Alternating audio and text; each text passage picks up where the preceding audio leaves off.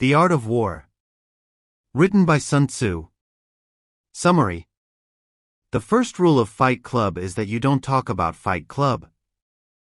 In much the same way, the first rule of the art of war is that you don't talk about it. Sun Tzu advises, let your plans be dark and impenetrable as night, and when you move, fall like a thunderbolt.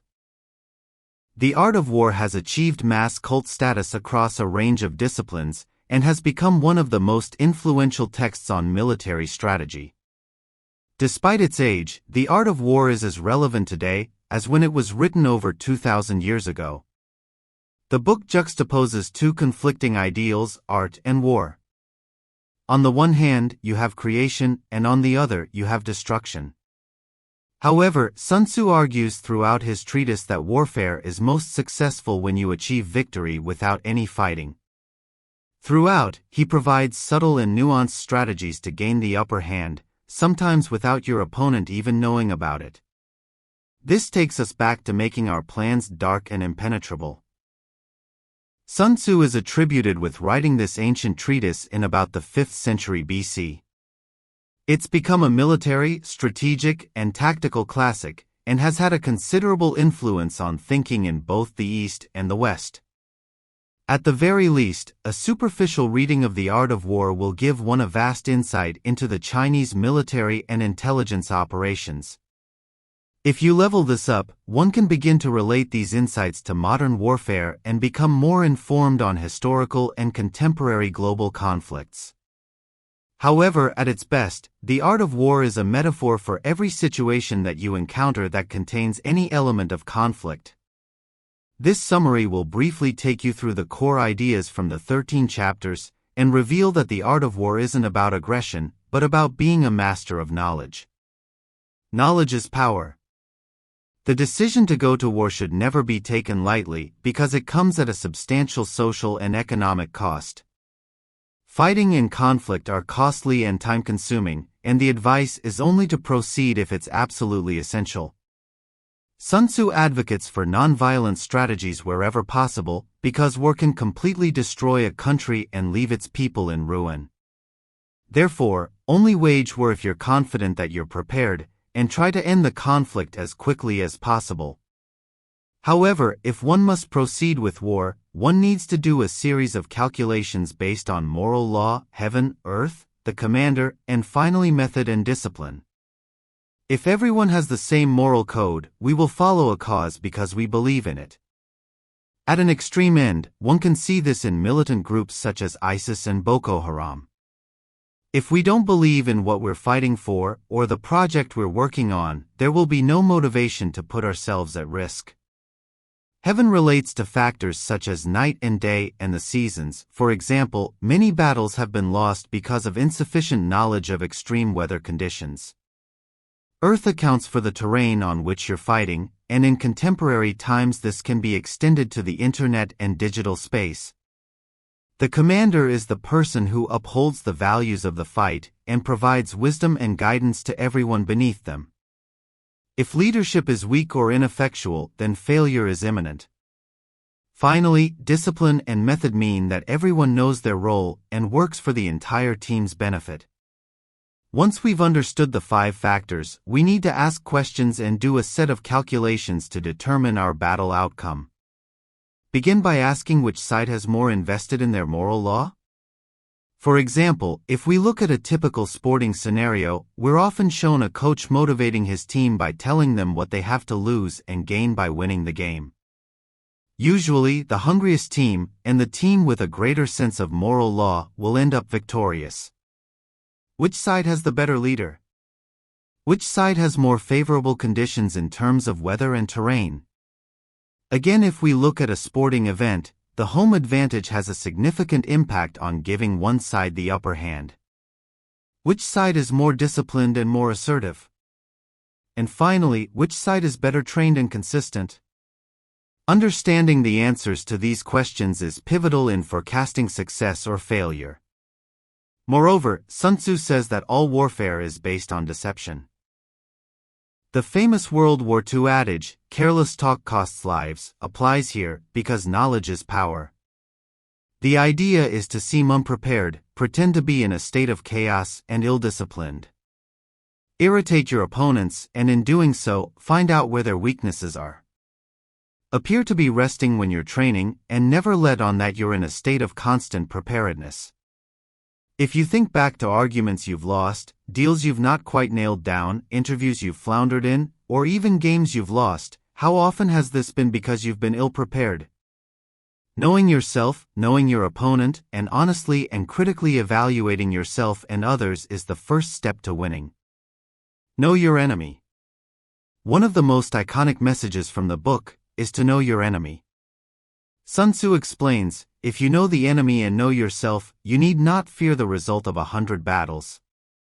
If you know yourself but not the enemy, for every victory gained you will also suffer a defeat. If you know neither the enemy nor yourself, you will succumb in every battle. Take for example the story of Mark Zuckerberg, Evan Spiegel, and Bobby Murphy. Mark Zuckerberg flew to LA to offer Spiegel and Murphy $3 billion to purchase Snapchat. Spiegel and Murphy refused, and Zuckerberg pressed them for information. The story goes that Zuckerberg announced that he would be debuting a similar platform called Poke, and intimated that the weight of Facebook would crush them.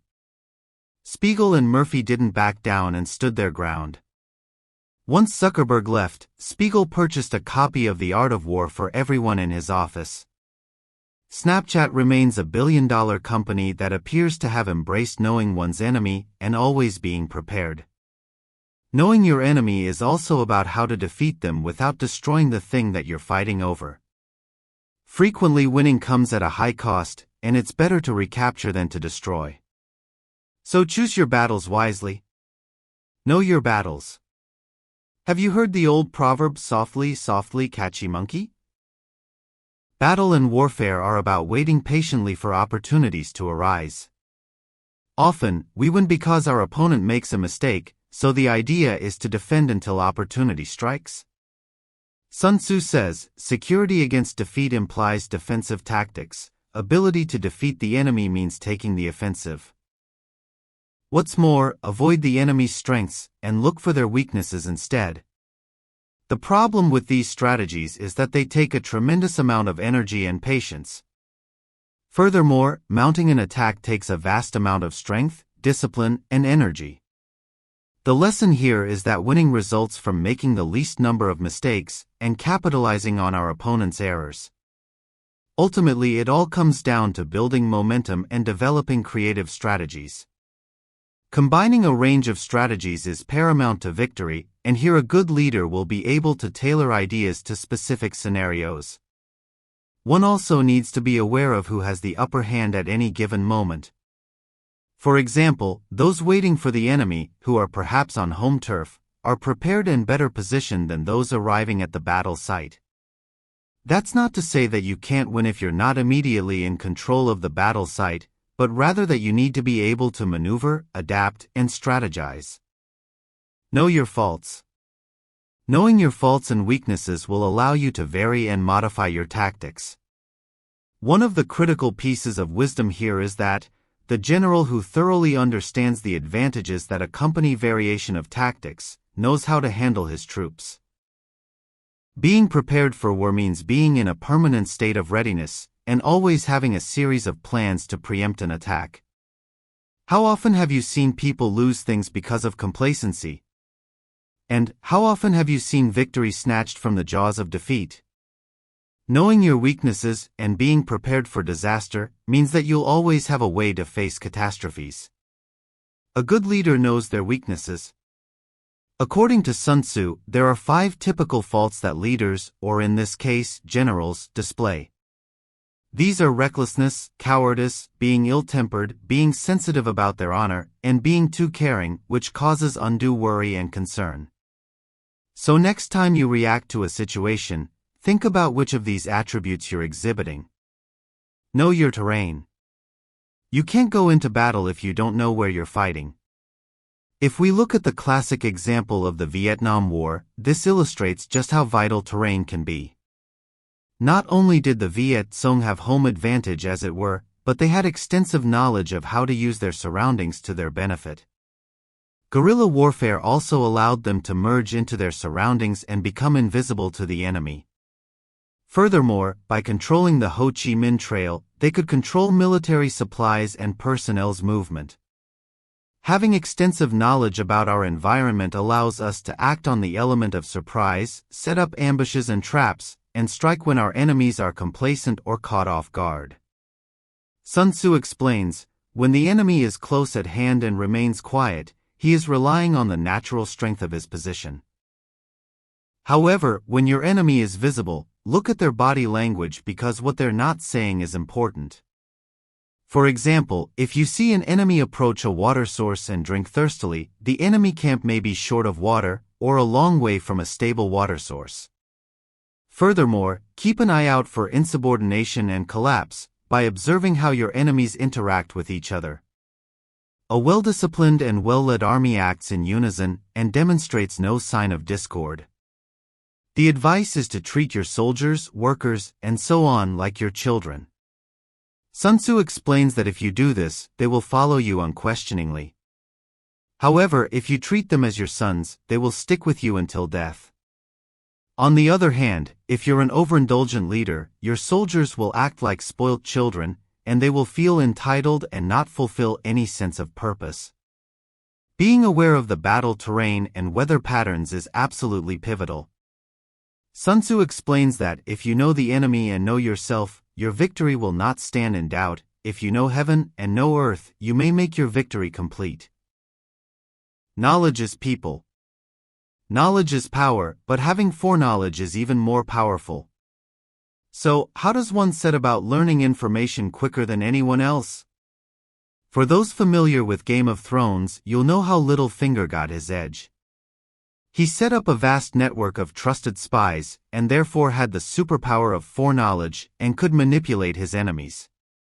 The only way to obtain this type of knowledge is to use spies, and here Sun Tzu differentiates between local spies, inward spies, converted spies, doomed spies, and surviving spies.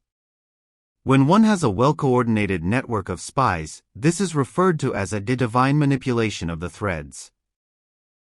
And one should never underestimate its power. During World War II, the divine manipulation of the threads was commonplace. Did you know that the famous children's author Roald Dahl was a spy during the war?